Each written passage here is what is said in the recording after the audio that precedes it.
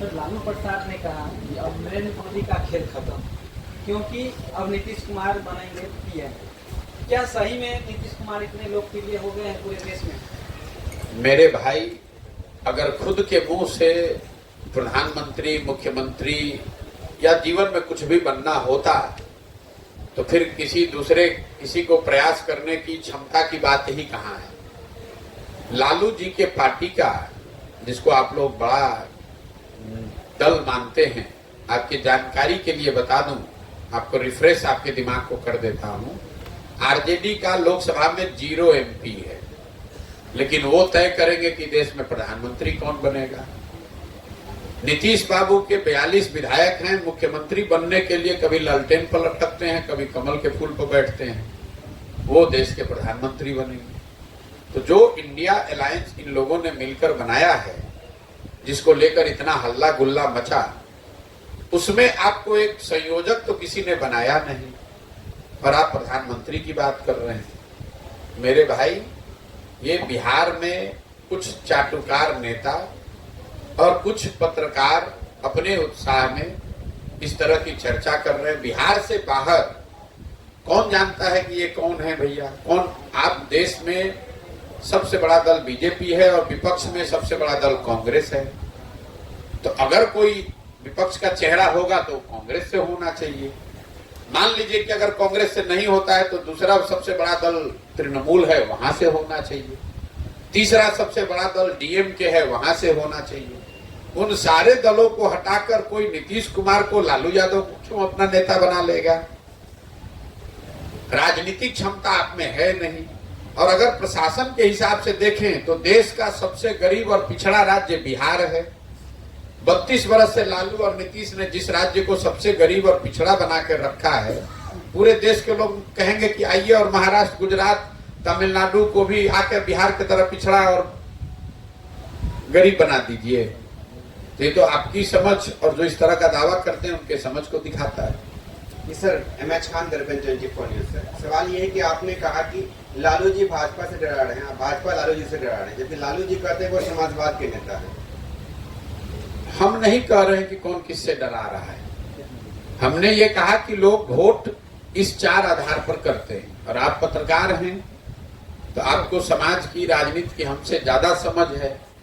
आपको मालूम है कि जो मुस्लिम समाज के लोग लालू जी को वोट देते हैं, वो वोट विकास के लिए देते हैं, अपने बच्चों के भलाई के लिए देते हैं, कि सरकार में भागीदारी के लिए देते हैं, कि भाजपा के डर से देते हैं। तय आप कर लीजिए, क्योंकि विकास तो आपको मिला नहीं है, भागीदारी तो आपको मिली नहीं है, तो बच गया भाजपा का डर, तो आप भाजपा के डर से ही वोट देते हैं।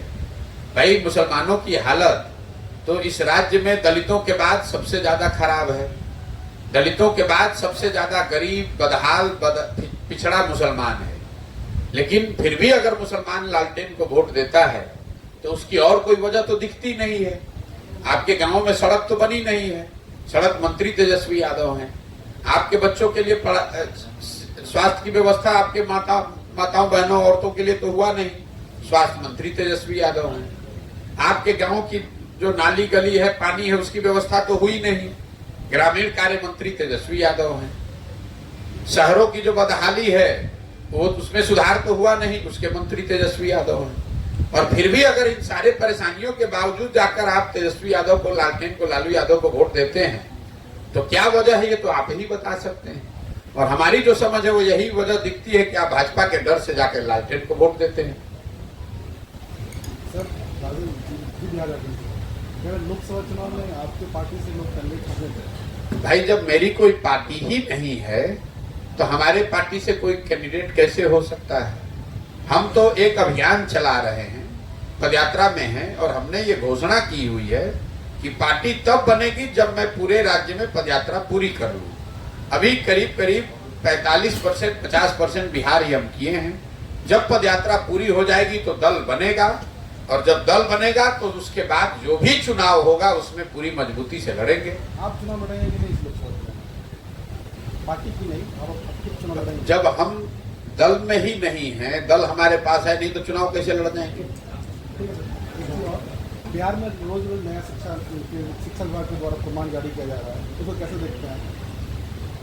उसको अज्ञानता में, अंधेरे में हाथ पैर चलाने के तौर पर देखता हूं। बिहार में शिक्षा को लेकर जो मैंने आपको बताया, अगर इसको गंभीरता से आप समझना चाहते हैं तो इसको समझिए कि जब तक सरकार और समाज दोनों के स्तर पर प्रयास नहीं होगा, दोनों के प्राथमिकताओं में शिक्षा को सबसे ऊपर नहीं किया जाएगा, तब तक शिक्षा व्यवस्था सुधरने वाली नहीं है। शिक्षकों को जबरदस्ती स्कूल में बैठा देने मात्र से अगर शिक्षा सुधरनी होती तो आज से 20 वर्ष पहले सुधर गई होती। नियोजित शिक्षकों को राज्य कर्मी बना देने से अगर शिक्षा सुधरनी होती तो वो भी सुधर जानी चाहिए थी पहले।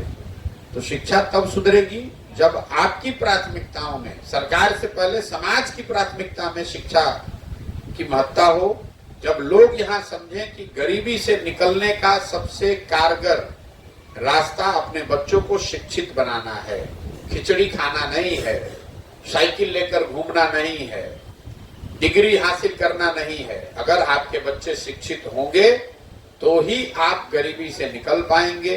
और जब तक आप इस बात को समझेंगे नहीं, उस बात के लिए वोट नहीं करेंगे, तब तक बिहार में ना शिक्षा की स्थिति सुधरेगी, ना गरीबी से में रहने वाले लोगों के हालात सुधरेंगे। आपने शिक्षक की बात की, बिहार में शिक्षक के छुट्टियों में फेरबदल किया गया है।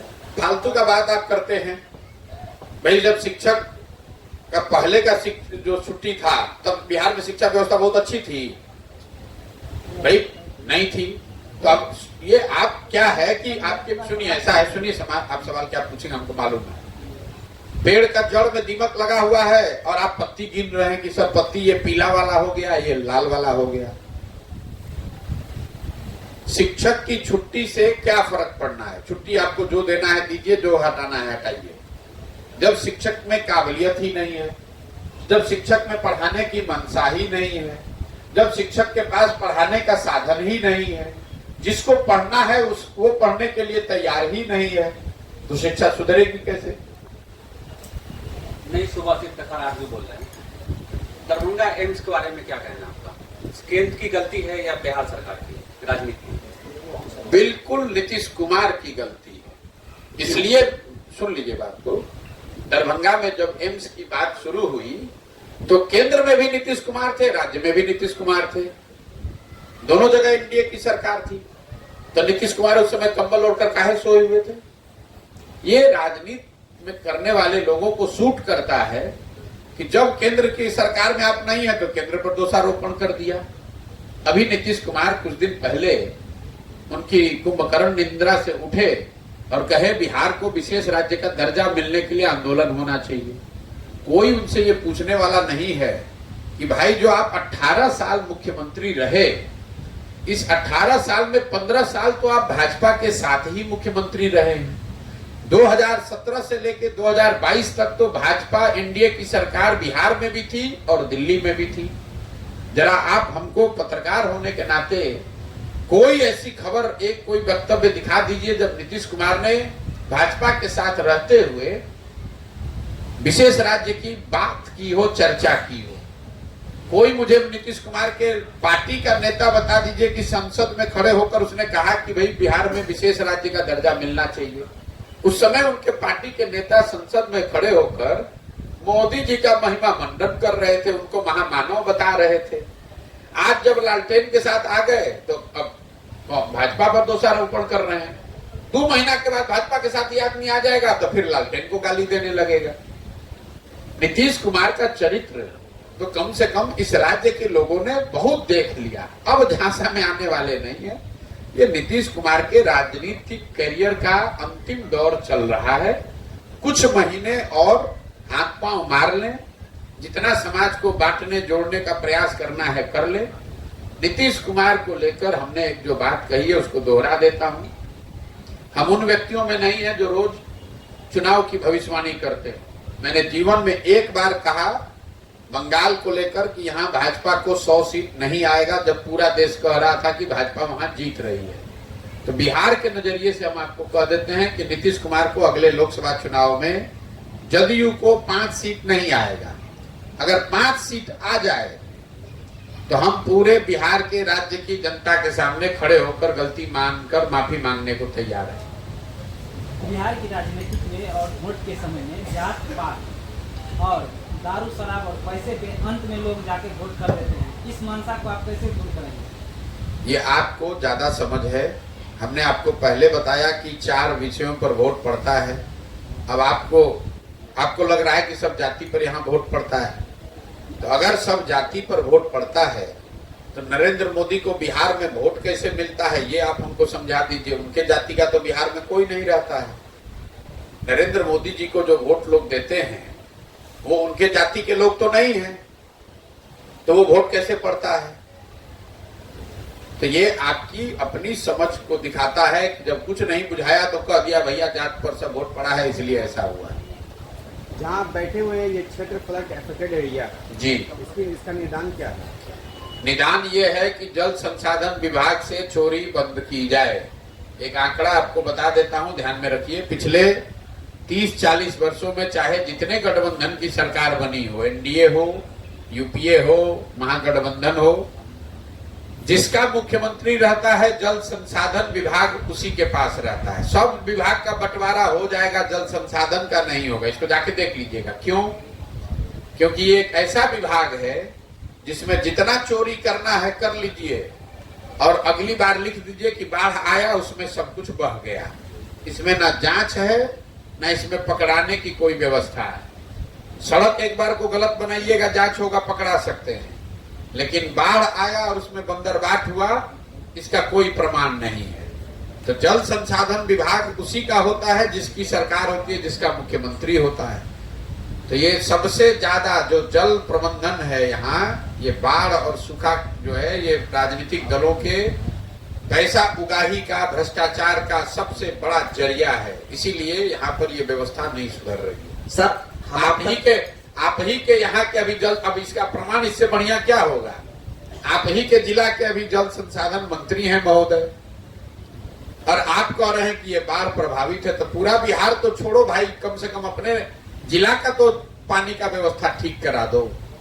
तो क्या बाढ़ आपदा है आपसे नेताओं के लिए? आपदा नहीं है, मैं आपको बता रहा हूं। हमने बहुत सरकारों के साथ, दलों के साथ काम किया है। जल संसाधन विभाग लूट का सबसे आसान और बड़ा जरिया है। इसीलिए यहाँ बाढ़ और सूखे की समस्या कभी निपट नहीं सकती। सर बिहार के युवक इतना पढ़ लिख लेते हैं, एमए कर लेते हैं, फिर भी सर दूसरे राज्यों में सर मार खाने के लिए, लेबर का काम करने के लिए सर क्यों जाना पड़ता है? सर दोषी कौन है? सर दोषी आप हैं इसलिए, और आपके हमारे माँ बाप हैं, क्योंकि आपने पहली बात कि एमए की पढ़ाई नहीं की, एमए का डिग्री हासिल किया है। यहाँ जितने कॉलेज है वहां जाइए, 30,000, 40,000, 15,000 बच्चों का नामांकन है, पढ़ाई तो हुई नहीं, डिग्री आप ले लिए। लेकिन आपके परिवार को, आपको इसकी चिंता तो है नहीं कि आप पढ़ाई कीजिए, उनको भी, आपको भी चिंता है कि डिग्री ले लें। तो डिग्री लेके आप किसको बेवकूफ बनाइएगा? जब जाइएगा मार्केट में नौकरी के लिए तो नौकरी मिलेगी नहीं। और दूसरा, इसलिए आप जिम्मेवार हैं कि बिहार में कोई फैक्ट्री लगा, अगर यहाँ बगल में चीनी मिल बंद हो गया तो उस पर तो आप वोट कीजिएगा नहीं। वोट तो कीजिएगा राम मंदिर बनाने के लिए, लालू जी के लड़का को मुख्यमंत्री बनाने के लिए।